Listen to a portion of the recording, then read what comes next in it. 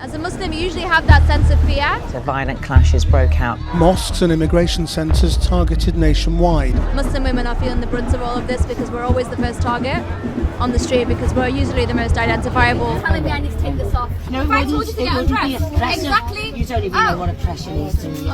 Kill all Musrat scum, burn all mosques. Violence fueled by online disinformation. The role social media has played is under the spotlight. It's a digital detox, no mobile phone. I feel a lot of Muslim women, their phones are really the safety net. I have to record because no one's going to believe you.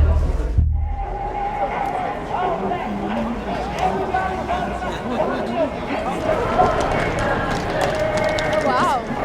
At least 1,000 people from our community come out to kind of protect and defend and send that message that, you know, you won't scare us off.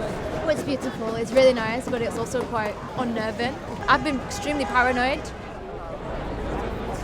The cars that are going past could have one split decision, you know, that could easily have just gone into the crowd, and that's the most terrifying part, is that it's not something that you can predict.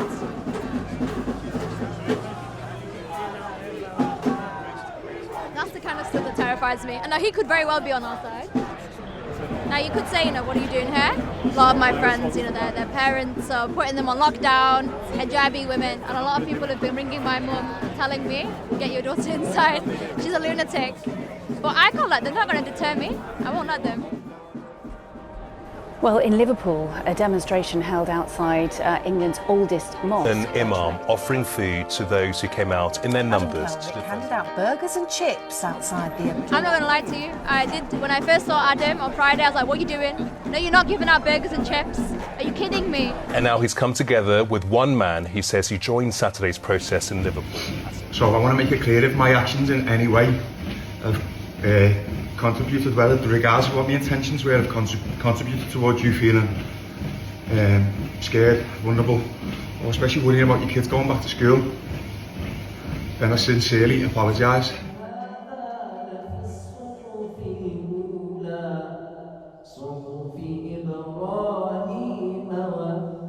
There are people in our community saying, come on, let's fight them like they fight us.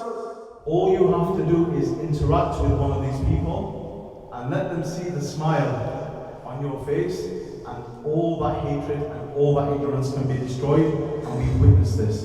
It's true.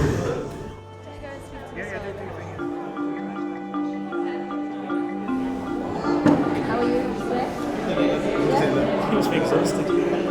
Assalamu alaikum. Welcome to our event this evening, titled, Is Islam a Threat to Britain? Were you on the other side last week then? I'll be honest, I was there, but I just wanted to see what's going on. Listen to what's going on. Yeah, so we met a mix of people. Some who were here last week. It was really interesting, and a lot of the time, these people have just seen what's going on. They have these kind of niggles and these thoughts and these feelings sometimes about immigration, and they want someone to hear them out. And he didn't agree that it had to be at the mosque, and he was questioning as well why it was at the mosque. They've been invited by some of those who'd gone along to the protest. Tomorrow they've invited Adam and some of his fellow worshippers on a day trip to Wales. It's guaranteed it will be safe. If anybody's worried about the safety, it will be safe. Oh yeah, they're close friends, by the way. And about tomorrow, I'm hoping that it goes well. And as a Muslim, I put my trust in God. Especially with the whole leave your phone on the coach.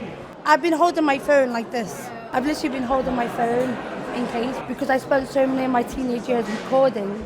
My thumb shakes when I get anxiety because of that constant fear of I have to record because no one's going to believe you. There was a guy in the city centre a few years ago, and he was shouting at, I think, a Muslim student. He actually came out afterwards that he had a knife in his pocket.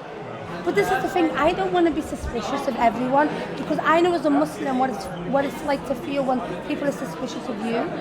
I just think we need to be a bit more cautious.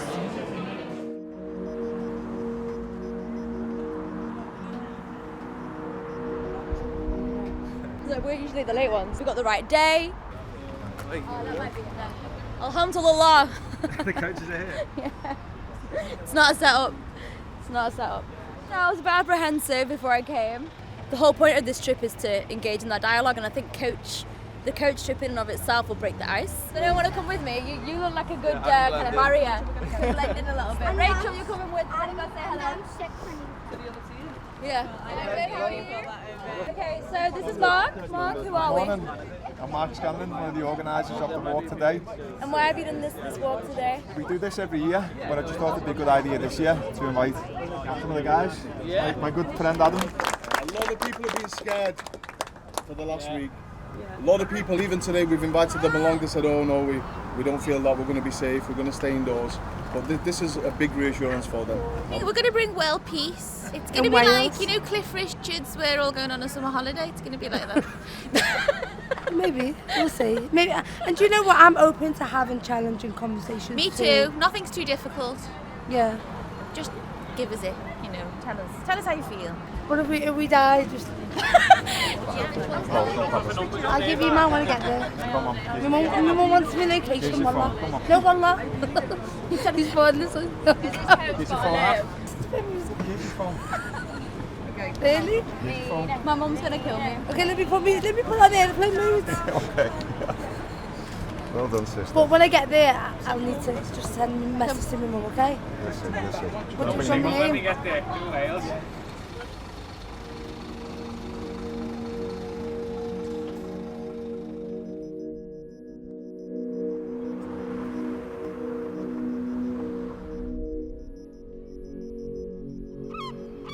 So it's been a few weeks since the protests. We've been reflecting. It's a bit eerie, it's a bit strange, knowing that what happened over the last few weeks is just forgotten about. It'll be interesting to see what Amina thinks. I have been speaking to her. It was just a nice trip.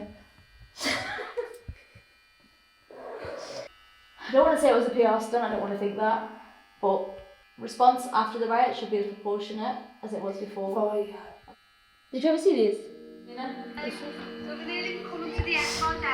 And it was so nice, almost coming together and hearing how we all have very similar things, whether we're Muslim or non-Muslim, we're all grateful.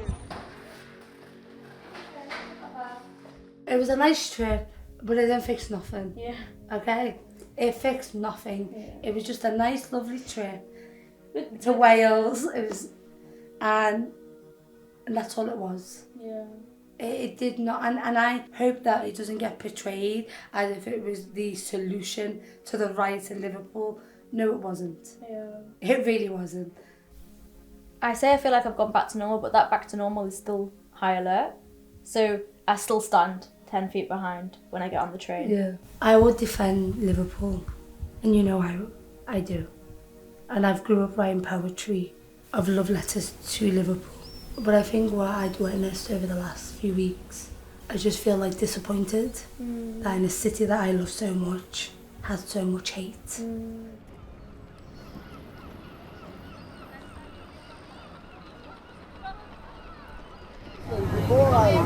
you're gonna kill me? Not at the moment. I might do it later on to walk it home.